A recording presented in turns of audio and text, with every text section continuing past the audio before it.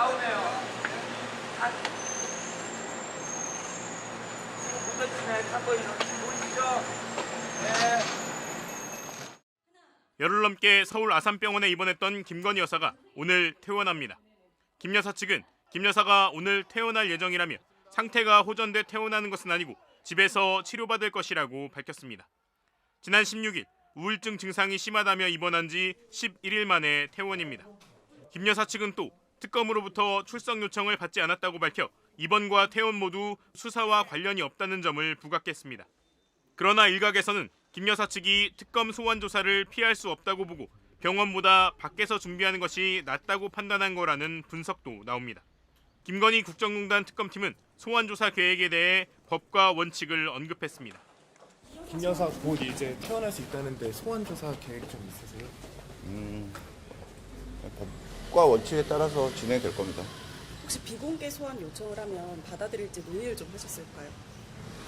원칙대로 진행하도록 하겠습니다. 이런 가운데 특검은 언론 공지를 통해 공수처로부터 특검법상 수사 대상인 임성근, 조병루 등에 대한 구명로비 사건 관련 자료를 이첩받았다고 밝혔습니다. 임성근 구명로비 의혹은 도이치모터스 주가 조작에도 가담했던 이종호 전 블랙펄 인베스트 대표가 김 여사와의 친분을 이용해 임성근 전 해병대 1사단장의 구명로비를 펼쳤다는 의혹입니다. 조병루 경무관은 세관 마약수사 외압 의혹의 핵심 당사자로 역시 이 전 대표가 김 여사를 통한 구명 로비를 펼쳤다는 의혹이 제기돼 있습니다. 김건희 국정농단 특검이 어제자로 검찰과 경찰, 공수처에 김 여사 사건을 넘겨달라고 요청했습니다. 도이치모터스 주가 조작 연루 의혹이나 명태균 게이트, 서울 양평고속도로 특혜 의혹, 명품 가방과 목걸이 수수 의혹 등 여러 수사기관에서 진행하던 사건이 이제 공식적으로 특검으로 일원화되는 겁니다.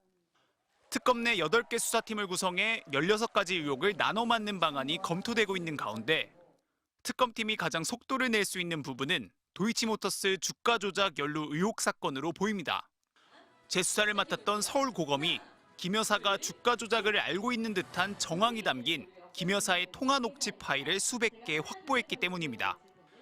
통일교 인사와 건진법사 전성배 씨가 연루된 명품 가방과 목걸이 수수 의혹 역시 관련자들의 진술이 상당 부분 확보된 상태입니다.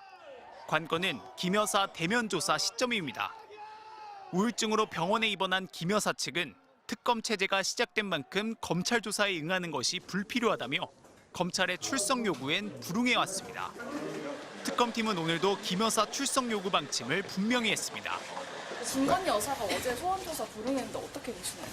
아까 그거는 차차 준비해서 저희가 진행하도록 하겠습니다.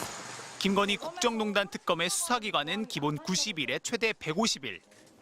핵심 피의자에 대한 소환이 수사 막바지에 이뤄지는 걸 감안하면 곧바로 출석 요구를 할 가능성은 높지 않습니다.